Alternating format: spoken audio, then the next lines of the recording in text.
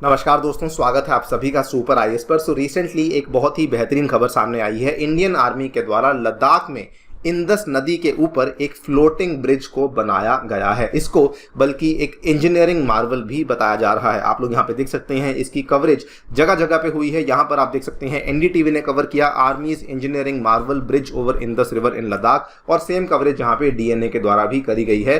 और बड़ी बात यहाँ पर यह है कि इस पूरे के पूरे जो ब्रिज को बनाने की वीडियो है वो भी असल में इंडियन आर्मी के द्वारा अपने ट्विटर हैंडल पे शेयर करी गई है। यहाँ पर आप लोग देख पाएंगे साउथ वेस्टर्न कमांड, जो कि इंडियन आर्मी का एक कमांड है, इन्होंने अपने ट्विटर हैंडल के माध्यम से इस वीडियो को शेयर किया, और बल्कि इन्होंने इस वीडियो को टाइटल भी दिया है bridging challenges, no terrain nor altitude is insurmountable. यानी कि हम किसी भी टेरेन पे जाकर के, किसी भी ऊंचाई पे, किसी भी एल्टीट्यूड पे जाकर के हम लोग यहाँ पे ब्रिजेस को बनाने में सक्षम अब हो चुके हैं। बल्कि इसको बनाने में जिन इंजीनियर्स ने यहाँ पे रोल प्ले किया उनका नाम है सप्तशक्ति इंजीनियर्स, जिन्होंने ईस्टर्न लद्दाख में जाकर के इस पूरे के पूरे ब्रिज को यहाँ पे कंस्ट्रक्ट किया है।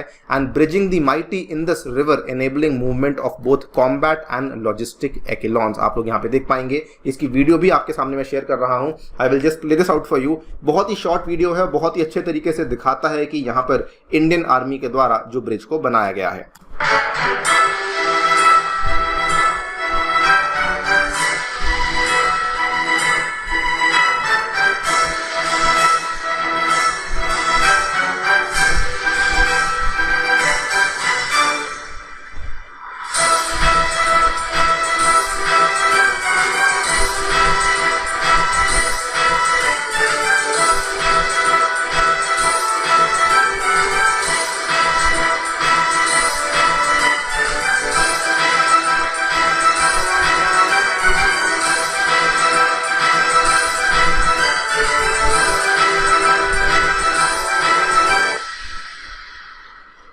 तो दोस्तों, इसी के बारे में हम लोग डिटेल में बात करने वाले हैं। आइए शुरू करते हैं मेरे साथ। मेरा नाम है अनिरुद्ध। यदि आप लोग इस लेक्चर की पीडीएफ को डाउनलोड करना चाहते हैं तो यहाँ पर दिए गए टेलीग्राम चैनल के माध्यम से कर सकते हैं। ऑलराइट, सबसे पहले मैं आपको फ्लोटिंग ब्रिजेस के बारे में कुछ बेसिक चीज़ें बता दूँ। इसको पॉन्टून ब्रिज या फिर पॉन्टॉन ब्रिज भी कहा जाता है। ये बेसिकली जो फ्लोटिंग ब्रिज होता है ये फ्लोट्स का इस्तेमाल करता है। आपने अभी वीडियो में देखा होगा, जो वहाँ पर जो ट्रक के द्वारा ऑफलोड किया जा रहा था, जो बड़ी सी इक्विपमेंट थी, वो बेसिकली एक फ्लोट था, जिसको कि शैलो ड्राफ्ट बोट भी कहा जाता है, जो कि बेसिकली एक कंटिन्यूस डेक को सपोर्ट करता है, जिसके ऊपर आप चाहें तो व्हीकल्स को भी चला सकते हैं और चाहें तो उसमें नॉर्मल जो है पेडेस्ट्रियंस भी जा सकते हैं।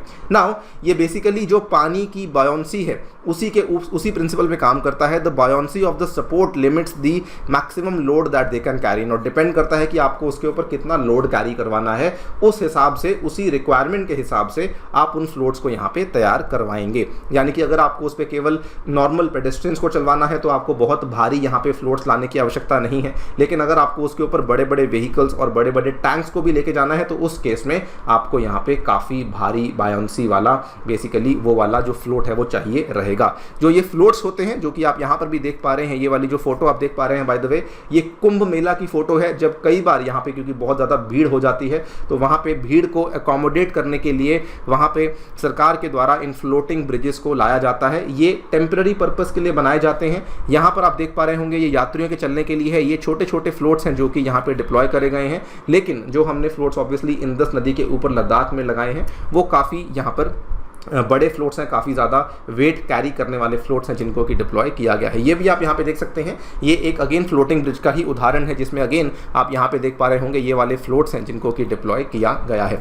ये वाले जो फ्लोटिंग ब्रिजेस हैं, वैसे तो ये बहुत पहले टाइम से चलते आ रहे हैं, लेकिन आजकल ये फिर से पॉपुलर हो गए हैं। बिकॉज क्योंकि जिस तरीके से हमें ऐसी ऐसी जगहों पर जंग देखने को मिल रही है, लड़ाइयाँ देखने को मिल रही हैं, तो दुनिया भर की जो आर्मीज़ हैं वो इसको लेकर अब काफ़ी ज़्यादा फिर से एक्टिव हो चुकी हैं। क्योंकि अगर हम वहाँ पर ऐसे इलाकों में जाकर के एक परमानेंट ब्रिज बनाते हैं तो उसका काफ़ी खर्चा आ जाता है और काफ़ी टाइम कंज्यूमिंग टास्क बन जाता है। वहीं उसके बदले फ्लोटिंग ब्रिज में जो केवल एक मुश्किल चीज़ है वो है फ्लोट को बनाना, जिसको कि आपको बेसिकली एक बार आपने बना लिया उसके बाद आप उसको डिप्लॉय कहीं पर भी जाकर के कर सकते हैं। तो ये वाली चीज़ है जो कि बेसिकली इंडियन आर्मी के द्वारा यहाँ पे लद्दाख में करी गई है। Now the big question to ask is this, कि जहाँ एक तरफ इंडिया और चाइना अपने ट्रूप्स को डिसएंगेज कर रहे हैं, तो इंडिया के द्वारा यहाँ पे LAC के पास में इतना और इंफ्रास्ट्रक्चर क्यों खड़ा किया जा रहा है? देखिए, जो इंडिया और चाइना की डिसएंगेजमेंट हो रही है, आपको मालूम होना चाहिए ये ईस्टर्न लद्दाख में जो पेट्रोल पॉइंट 15 है उस पर्टिकुलर पॉइंट पे जाकर के डिसएंगेजमेंट हो रही है। जो ट्रूप्स हैं they have moved back from the forward location and the original landform has been restored. लेकिन आपको मालूम होना चाहिए कि जो यहाँ पर ये वाला एरिया है PP15 का और जो बाकी के एरियाज़ हैं इनमें अभी भी हमें काफ़ी फ़र्क देखने को मिल रहा है। PP15 का जो इलाका है वो बेसिकली हॉट स्प्रिंग एरियाज़ के पास आपको देखने को मिलता है, लेकिन there are many more areas जहाँ पर अभी डिसएंगेजमेंट होनी बाकी है।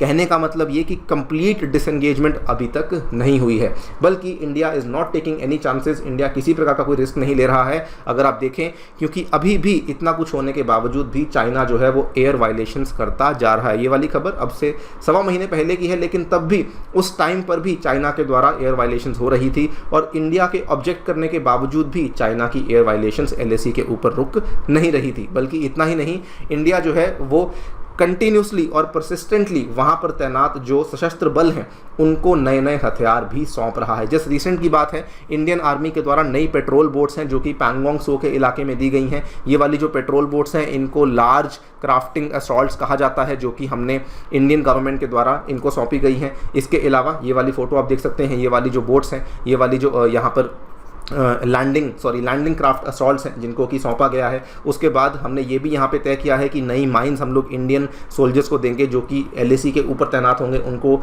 उनकी प्रोटेक्शन के लिए वहाँ पे तैनात करी जाएंगी। इसके अलावा आपने नाम सुना होगा F-INSAS का, जो कि अगेन इंडियन गवर्नमेंट के द्वारा ही लिया गया एक बहुत ही बड़ा कदम है, जिसमें कि हम लोग इन्फेंट्री सोल्जर्स को तैयार कर रहे हैं as a system, so that किसी प्रकार की भी हम लोग यहाँ पर अगर जंग होती है तो हम लोग और अच्छे तरीके से तैयार हो सकें। इतना ही नहीं, यहाँ पर एक बहुत ही अच्छा आर्टिकल सामने आया है इंडियन एक्सप्रेस का, जो कि ये साफ साफ बोल देता है कि इवन दो डिसएंगेजमेंट होनी यहाँ पे शुरू हो चुकी है, लेकिन इसका मतलब ये नहीं कि इंडिया चाइना के बीच में जो संबंध हैं वो नॉर्मलाइज हो चुके हैं, उनको होने में अभी काफ़ी समय लगेगा। बिकॉज इंडिया ने ये साफ साफ कह दिया है कि जब तक कंप्लीट डिसएंगेजमेंट नहीं होती है, जब तक जो बॉर्डर का जो पहले कंडीशन था, यानी कि जो मार्च 2020 के पहले कंडीशन था, जब तक वो नहीं आता है तब तक हमारे आपसी जो संबंध हैं वो नॉर्मल नहीं होंगे। इवन हमारे जो विदेश मंत्री हैं डॉक्टर जयशंकर, उन्होंने कई बार इस चीज़ को दोहराया है। पिछले महीने ही इन्होंने 2 बार इस चीज़ को कहा था कि इंडिया चाइना के जो संबंध हैं they are going through an extremely difficult phase. बल्कि उस टाइम पर तो इन्होंने ये भी कहा कि Asian century would not happen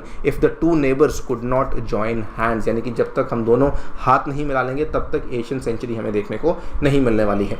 so in my opinion, India के द्वारा जो भी यहाँ पे इंफ्रास्ट्रक्चर की बिल्डिंग हो रही है, वेपन्स का डिप्लॉयमेंट हो रहा है, वो सभी की सभी चीज़ें बहुत ही शानदार हैं, बिल्कुल होनी चाहिए, जब तक कि हमें ये श्योरिटी नहीं मिल जाती कि चाइना जो है वो कंप्लीटली वहाँ से डिसएंगेज कर चुका है। बाकी आप लोग क्या सोचते हैं इस डेवलपमेंट के बारे में, डेफिनेटली बताइए कॉमेंट सेक्शन में। जाने से पहले आपको बताना चाहूँगा कि यदि आप लोग घर बैठ के UPSC की कोचिंग करना चाहते हैं तो टेक्स्ट बुक आपके लिए लेकर आया है सुपर कोचिंग, जिसमें कि यूजिंग अ सिंगल सब्सक्रिप्शन आपको मिलेंगे स्टडी नोट्स, डाउट रेजोल्यूशन और मॉक टेस्ट, एंड इसमें आपको इंडिया के टॉप इंस्टीट्यूट से पढ़ने का मौका भी मिलेगा, जिसमें कि आपको हमारे द्वारा लेक्चर्स अवेलेबल करवाए जाएंगे और सभी की सभी चीज़ें आपको मिलेंगी मात्र 2400 रुपये पर मंथ में, अगर आप लोग मेरा कूपन कोड A2 सर इस्तेमाल करते हैं। Thank you so much for listening, stay tuned and stay safe.